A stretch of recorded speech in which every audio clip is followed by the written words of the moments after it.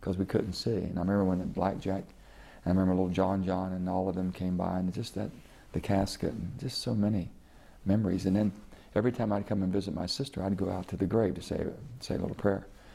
And it was very easy to walk, just drive to the cemetery, and the President's grave was right there, and the eternal flame was there, and I'd say a little prayer and bless myself and go on. One day I'm going there, and all of a sudden security was everywhere, and I mean, I thought something had happened. But that's when they started, it just became more than, the crowds became more than just letting everybody just walk on the safe side, to have some kind of order to this, to these visits. So that happened a few years after the assassination. From your perspective, did we change as a country after his assassination?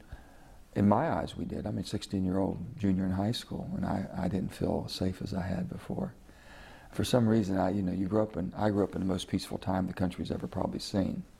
After World War II, I was born in '47. So after that, up until the Vietnam, Korea War kind of escaped. I was too young to really realize what was going on there. But it was a very easy, very good time in America. And then all of a sudden, it just like it was shattered. And we had that, and then within a few years, we had Martin Luther King, and then you just saw that the country was really not, it really wasn't as cohesive as Farmington was, let's put it that way. And it made us understand it was a different place out there. Let me ask you about your parents, and you mentioned the businesses that they ran. My parents, basically, my father was an Italian, full Italian. My grandparents came over here from Italy, immigrated in 1900. So my father, and I think the best that we know, our name was Mancina, M-A-N-C-I-N-A, because I've gone back to the little village they were from. My mother is from Ostrava, Czechoslovakia. Her parents, so they were both born, so I'm second generation. They were born here. Both parents migrated to America. Both of them ended up in the coal field, 6 miles apart, one in Rachel and one in Farmington. Both of them had little grocery stores, both grandparents, Grandpa Gus and Papa Joe. My father, when he got out of the service in '46, started a little furniture store beside the grocery store in Farmington. So we grew up in the retail business. I've always said in politics, it's retail. This is retail politics. And retail politics is simply knowing who your customer is and making sure they're satisfied. You got to give them a product with a good value and great service, because you live and die by the satisfaction of your customer. I took that same approach to government when I went into it, but I'd been 35 years old, so I've been in business off and on for 20 since I was 10 years old with my grandparents. So I learned this, and they really were the ones. My mother and father and my grandparents and my aunts and uncles really is who I am. I'm a product of my environment.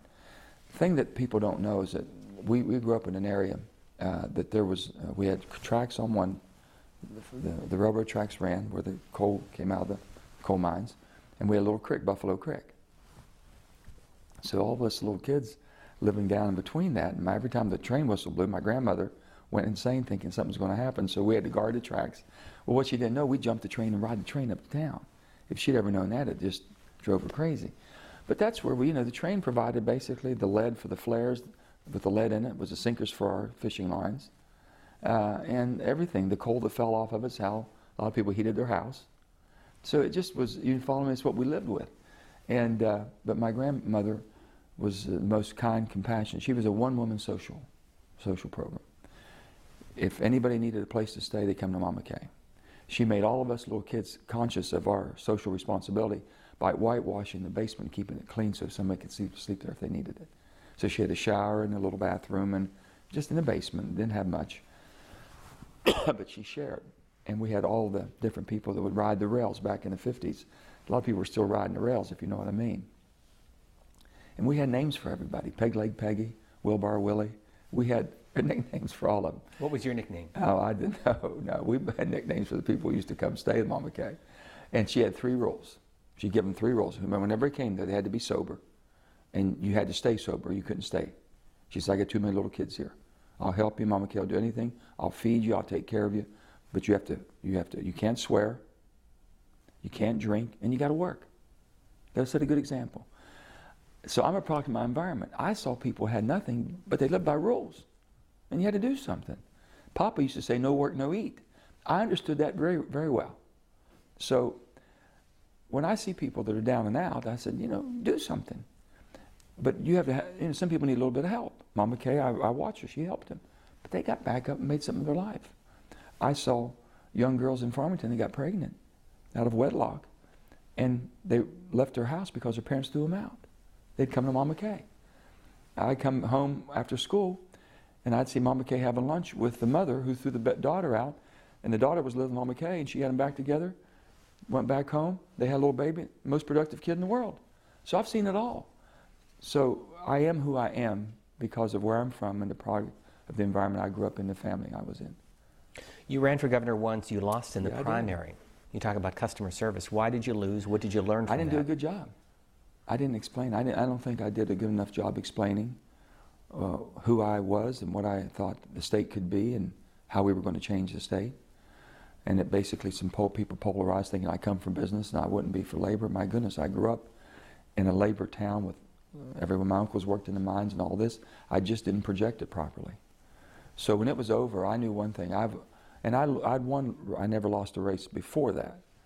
So my son was sitting with me, and I'll never forget that. And I said, honey, you know what? We've won a lot of races. We've been very, very honored to be serving people, and they've had a lot of confidence.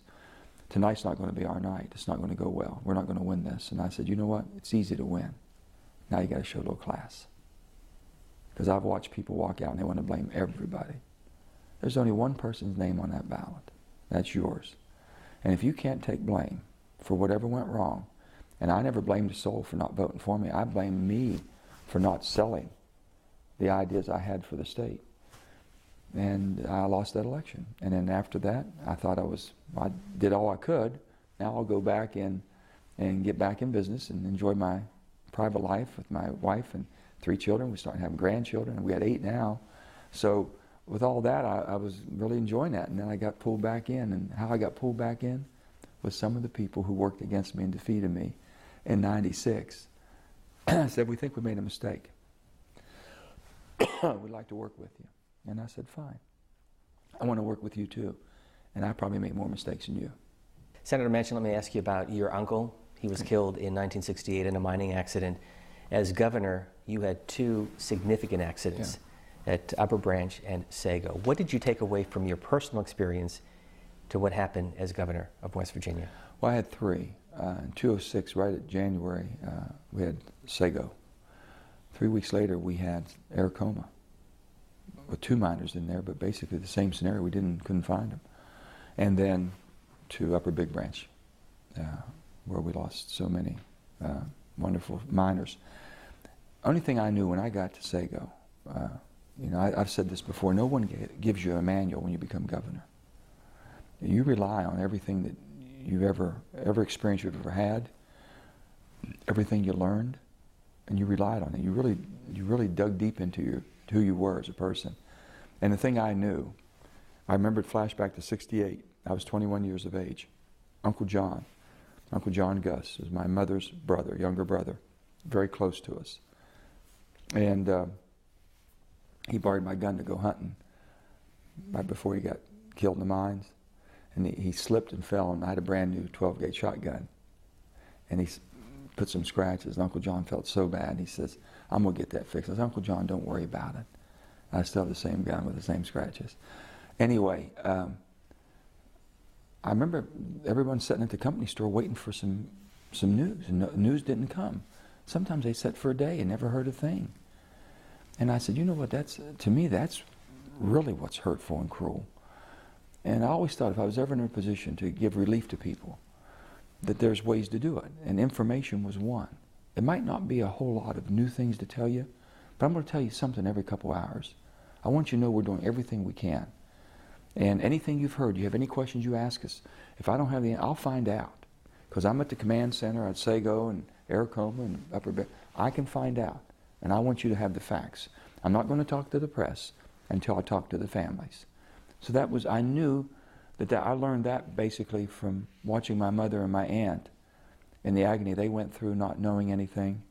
And then they heard the mine was going to be sealed, basically entombing my uncle.